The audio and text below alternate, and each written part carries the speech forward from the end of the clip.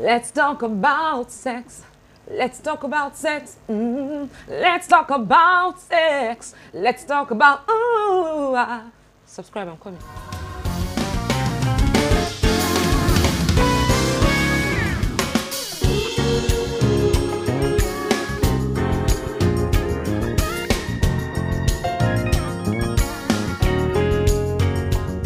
Okay, welcome back. This is a very interesting topic. Why did I choose to talk about sex today?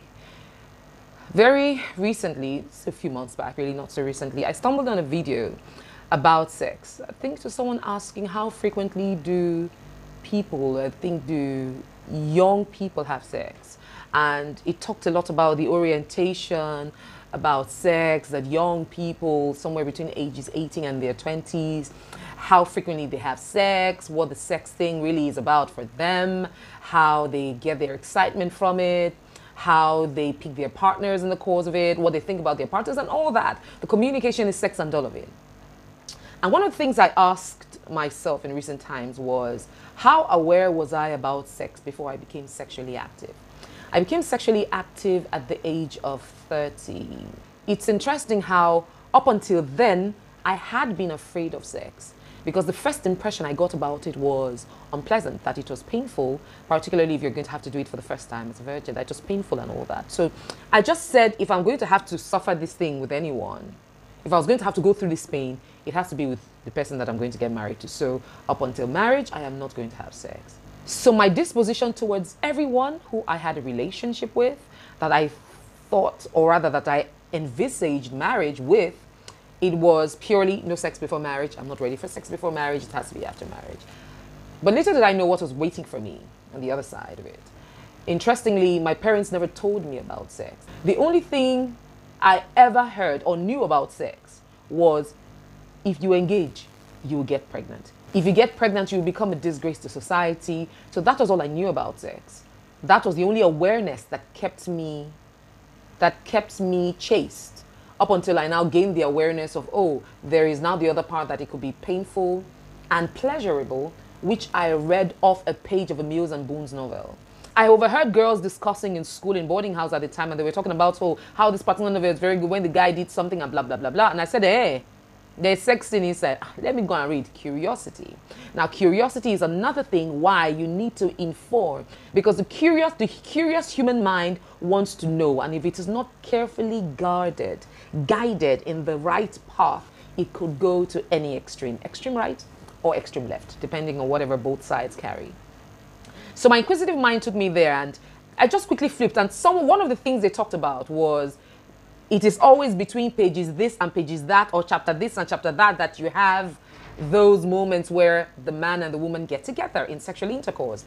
So I just used my sense, and I went to scroll through pages, up until I fell upon one, I can't remember the book, where there was actually an engagement in sex, and all I could draw from it was painful, and then it was pleasurable. So I just said the painful part was what stuck most. I was like, why should something so pleasurable be painful? And I'm not ready for that. But then it came with its own shortcomings when I got married and I was totally inexperienced. I just recognized that every time there was a sexual discussion, I was pretty much turned off. I was like, why are people talking about sex? Because I wasn't raised to understand the entire sex in all of it.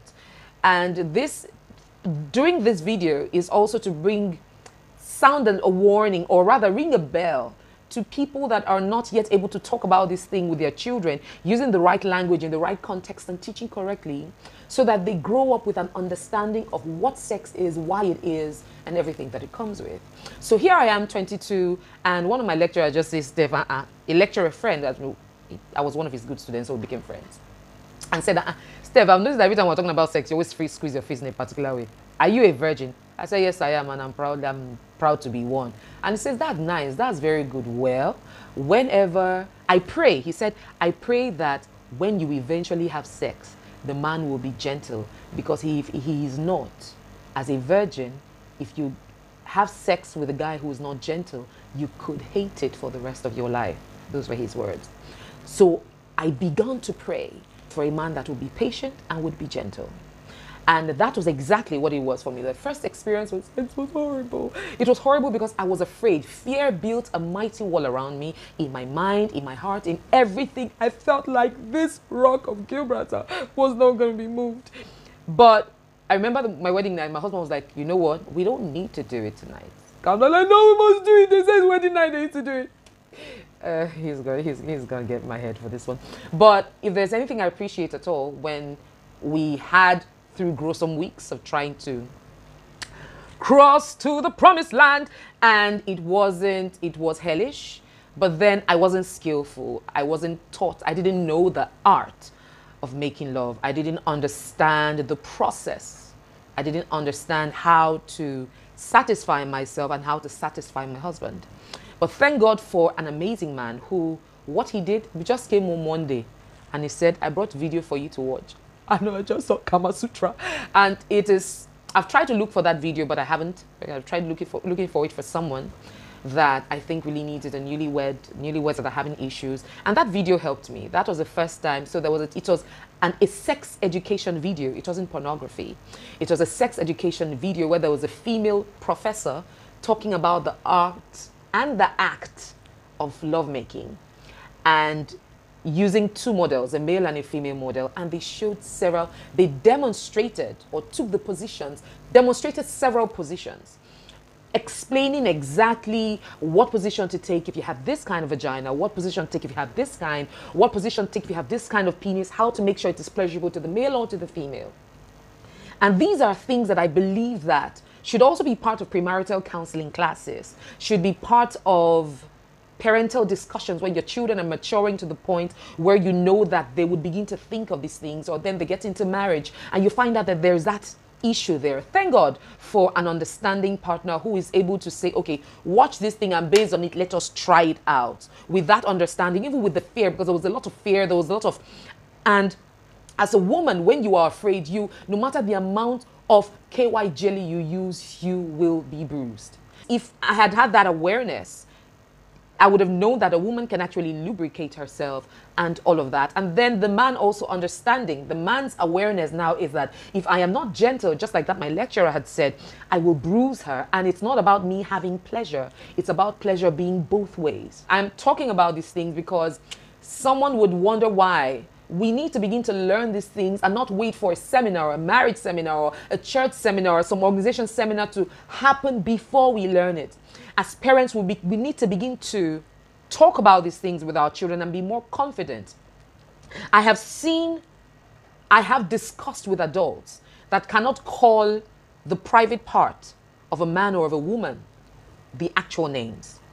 They rather just use that word, the D word or the P word, which I find uncomfortable using, because why not just call it a vagina and a penis and breasts as against pee-pee and dun-dun?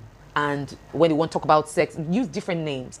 Now, when you teach your children that way, you're not teaching them to be comfortable with their body parts. You're not teaching them to be aware. It's part of sex education, the ability to name parts of your body and own parts of your body. These are my breasts. This is my penis. This is my vagina. These are my buttocks. These are my bums. You can say bum. Buttocks, or what else they call it? Forgotten the other name, right? But just being able to define body parts is going to boost the ability of the person to be more confident about talking about it. Confident also when it gets to the ability to making love, to say, I'm not comfortable with how you're touching here. I'm not comfortable with how you're doing this. Comfortable with the size of your breasts. Comfortable with the size of your penis. When my son turned 10, I started to talk to him. So we've been talking about sex education pretty much. I was like, okay, 10, we're going close to puberty. I don't want puberty to take you unawares. So I need to begin to tell you these things more. So I spoke to him about puberty coming and that he's going to be a big boy. And I went to the supermarkets while we're shopping. We strolled to the supermarket. So we're talking about talking about things on confidence and all of it. And then when I started talking about puberty, and I told him that he's going to change, his body is going to change. And they said, oh, really? I said, yes, your voice is going to rip at some point and you're going to have a baritone. And it's going to sound like the like many thunders, like Thor. And I told him that he was going to have a beard at some point, that some people have pimples, that puberty also causes some people to have pimples, but it's not everyone that does. I didn't have pimples, my sister did, my brother did. That some people have, some don't, and it's going to eventually go away. And then another thing that's going to happen is going to have hair in his underarms, and he's going to have hair in his pubic region, and possibly he could have hair on his chest. Not everyone has hair on their chest, but depends on how hairy the people in your family line are. You could also be that hairy.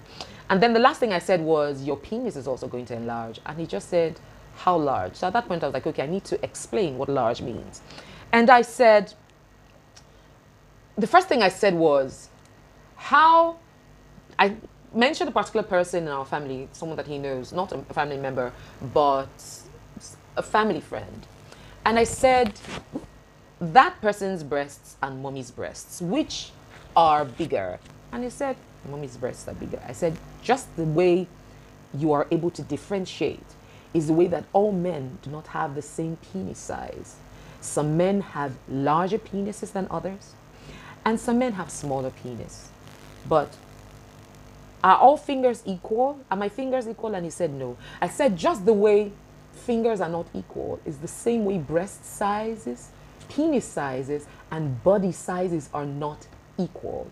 But just as all fingers are significant for the purpose for which they were created, so it is every part of your body is significant for its purpose. So as you grow older, your penis is going to get larger. I don't know how large, but you're going to walk into the men's room one day and find out that there's a guy's penis whose penis that is bigger than yours, and there's another guy's penis that is smaller than yours. It doesn't make the guy whose penis is bigger is not superior to you, and the guy whose penis is smaller is not inferior to you. They're just different, and they're okay. And you have to be confident of what you have. Now, that is not a one-time talk. It's a consistent talk up until confidence becomes ingrained. And that is something we need to do for our children. Otherwise, we grow up into adults and we begin to desire someone else's breast size. We begin to desire someone else's butt size. Or we just begin to desire someone else's body, because at the root of it is a body confidence. Because we feel that our bodies are not beautiful enough for someone else to admire. Whoever cannot admire you and love you for what you have and for who you are, your body, and for how you are, is really not deserving of you. Building body confidence, you find of people that you probably can't walk naked in front of your spouse, or you can't even dress, or they say, recently they say, you're unable to turn on the lights. You're unable to turn on the light when you're having sex. And I said, in the first place of turning, why should lights be shining? It's distracting. So you can actually have sex during the day, but your eyes will be shut in the course of it, or whatever it is that you're doing. Light is the least concern. But one of the things we're really particular about is we're particular about our bodies, and we need to begin to reaffirm our bodies, reaffirm parts of our bodies, reaffirm ourselves, because the affirmations that we're looking from other people are temporary. It's the affirmation that we have of ourselves. It's the confidence that we build in ourselves that's going to keep us through, even when those people fail to come through for us. All of this is also bringing us to the point of body awareness, where we are aware of what we have on our bodies, who we are, and we have come to the place of love and acceptance of that place, so that we can show up confidently with the people that want to share our lives with us, or with the people that want to be in our lives, and also embrace and accept other people for who they are, and not want them to look like anything else, or look like someone else, or to be someone else. But you just love who we are in the best way that you can. Work on your mindset, work on your outlook towards life, and focus on the most optimal thing, right? And you'd be shocked how more confident you'll become. So bringing it all back to the center, sex is a beautiful thing, and I believe that it should be kept for marriage, because you have a long time to be having sex, a long time to be, except you have no intentions to stay long married, but you will eventually have it. And then you find out, when we're young, we probably think that is all there is, or probably because we don't have something to do. We spend a lot of time with the opposite sex, and we just find it all attracting, and going to parties and going here and there, and we're just in the mood, and oh, it's just a beautiful thing, and that's all that comes. But when life begins to happen, and it's interesting how it works differently for the males and the females, which is why I believe that parents really need to teach children how men respond to sex and how women respond to sex. One of the things that I found out that to be true for the males is, even when they're tired, sex is an escape. Sex is a way of relaxing. When they're tired, when they're overwhelmed, when they're angry, sex is a way of easing themselves. So, and it's typical for men to have a very high libido. That is something that we were not taught. So if you get married to someone who has a very high libido, or who is tired but wants to ease off with sex, you're like, I think two of us went to work this morning. Are you not tired? Me, I'm tired. I want to sleep. So the woman is tired, probably even she's a housewife. She's probably spent the entire day cleaning the home, putting it all together, going to the market, cooking, and she's tired. You come back from work, she helps you out and all that, and she just wants to sleep, and you say, Auntie, how far? She's like, brother, how far? I want to sleep. And he may now begin to feel that she doesn't regard him, or she's starving him of sex. That's not how she interprets it. She now thinks you're being inconsiderate because I'm tired. And some of these things don't come naturally. It could even get to the point where part of working things out could also be having a schedule to plan sex time. So since you recognize that sex, as a man, you recognize that your wife gets tired when she does this, that, and the other, she's not able to give you sex, then you have to now plan for what will not make her tired. Or she now has to now plan, okay, babe, no working today, no doing anything excessive today. Let's just share the moment. Now, sex can be spontaneous, beautiful, because someone would say, what's the spontaneity? We're planning it well. Spontaneity is Alibaba's conference. The spontaneity will not always, it's not 100%. There are times where spontaneity and both of you are just in the mood, romantic together, and it flows. Some other times you have to work it. And you have to work it with understanding of the fact that, hey, baby, I'm coming home, don't get anything done. Or don't get it, whatever is going to make you tired, don't be tired, so that we can work this and just have a good time. I'll give an example. I'm just going to I throw myself under the bridge a lot. So I'm thinking my husband comes home. There are times I want to have sex. But then in my mind, I'm like, we've just finished watching a movie. It's 12 midnight. If we start this escapade now, 2 o'clock, we have no sleep. Maybe it's just by God's grace, 2 o'clock, we'll now sleep. And I have to be awake for boot camp by 5:30 to go and exercise. Exercise is good for my health. I have to sleep well. So I'm already calculating that between 10 o'clock, and sometimes I'm wondering, do I want to watch this movie? Because I finish watching this movie now, airplane will jam bicycle and something wants to happen. Or then we eventually watch the movie, I'm like, okay, should I just form like I've slept? Because I'm just thinking I need to try and get some sleep. So we should sleep averagely 7 hours, worst case scenario 6 hours. If by 12 o'clock I'm still awake, 12 midnight, and by 5:30 I need to be up because boot camp starts by 5:45 a.m. When am I going to have my sleep time? So I now have to pretty much schedule.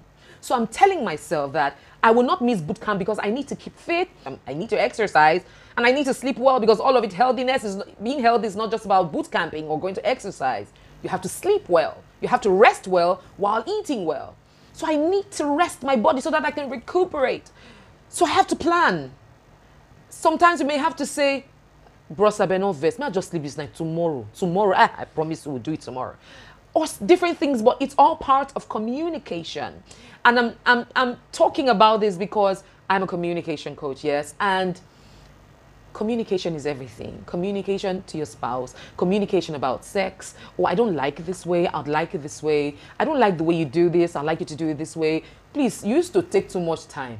Brother, the hours you used to do it. We pray up to that number of hours? That kind of thing. Talk about it, laugh about it, initiate things, have a plan for it, right? So that way you are actually spicing your friendship. Challenges will come in between in the course of it, but then you can come back to the center and just, how else am I going to explain that? All of this just to say that for parents who are nurturing children, talk to them. And if it's something you're not used to, you need confidence to learn how to do, that is why I'm here. Register for any of my communication classes, or hey, book a private session. Let us improve your communication confidence with your spouse, your communication confidence with your children, so that those things that are like heavy pills to swallow, difficult pills to swallow, I'll help you swallow it and you not even know that anything happened. It's very important that we cross this bridge so that we teach another generation better about sex. It's interesting how sometimes we hide this talk about sex from our children, but it is everywhere. It's in everything they see, it's in many things that they hear. And one of the things I heard, I talked about a video that I watched, a YouTube video that I watched where there were some young people talking about sex. And there was something that was quite instructive that one of the gentlemen said. He said, I learned street sex on the streets. I learned it on the streets. So that on the streets, it's just there. You don't even need anybody to teach you. You will see it, you will know it. For those that grew up in Face Me, I Face You apartments, your neighbor, he's doing it there and you're hearing it. Or even you were living in it, your parents, some parents are doing it in another room, and they have the assumption to think that children do not know what they're doing. I normally take children on a particular program I call Speak Like a Hero, where I teach them communication and emotional intelligence. And the first time I did that program, it was one of the most instructive programs I ever held, and it totally illuminated my mind to how I perceive children and how I've learned to stop perceiving them wrongly. Children are actually adults having an experience. They are just having a growth experience, a mental positioning experience. So when a child thinks a human behavior, question why. What is this? Why is this? Those questions, I say, you ask too much questions, Joe. We should answer. We should answer those questions.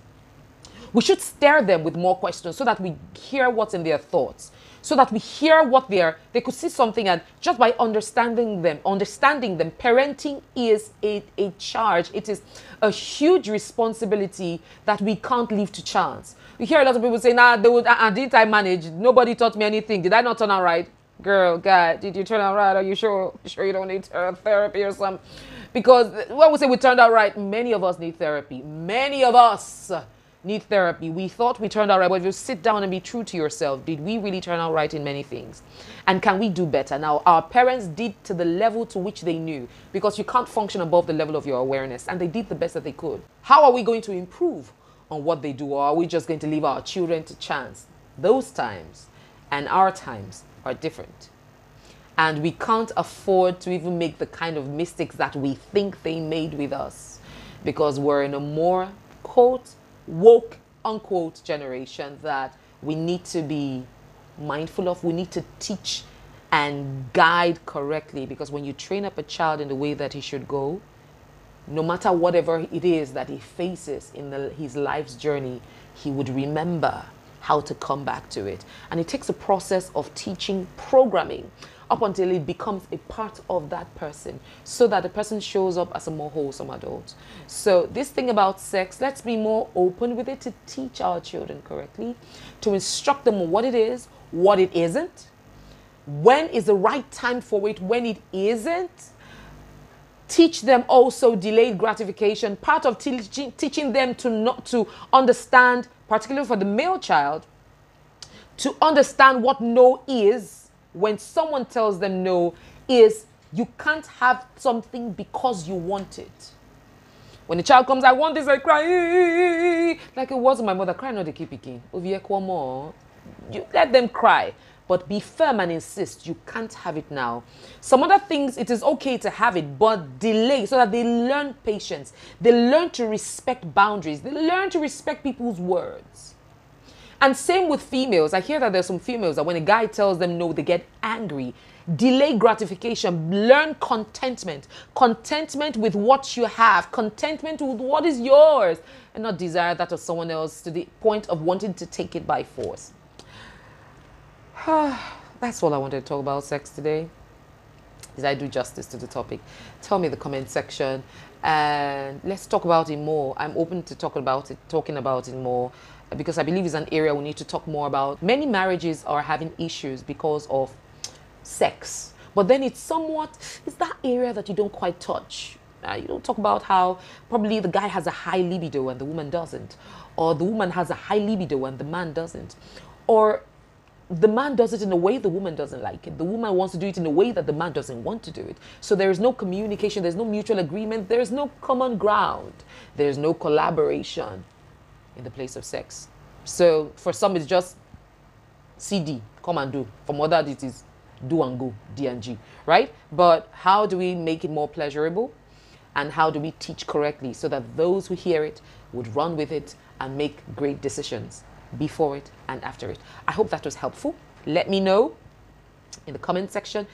And hey, looking forward to sharing more of my thoughts and my perspectives, which is all I do here. And I'd like to hear from you. Let me know what you think about it, what your thoughts are, what your challenges or restrictions are. And hey, I am willing to sit with you as a coach. I am an identity self-re-engineering and communication coach to teach you how to re-engineer, to reposition, to reinvent and progressively do so to yourself and show up strongly, communicating and showing up in every aspect of your life with the genius that you are. So if you'd like to do that, send me a message on any of my social media platforms at I am StephREDD, or send me an email to info@StephREDD.com, and I would be glad to hear from you. Up until then, take good care of yourself, and remember that no matter what comes or goes, no matter what gives in or doesn't, you never give up until you win. And even if you don't win, it's okay. Just ensure by all means that you finish strong. See you some other time. I am StephREDD. You have an amazing day.